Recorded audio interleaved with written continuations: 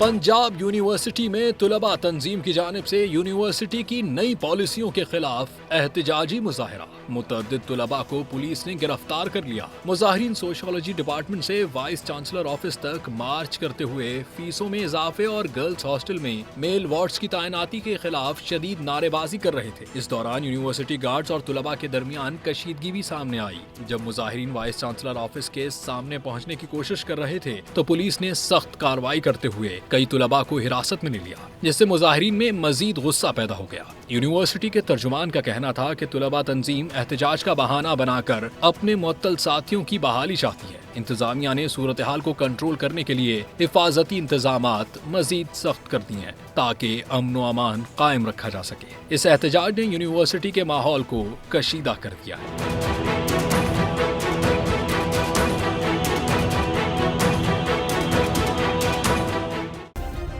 Subscribe करें और bell दबाएं ताकि कोई खबर रह न जाए।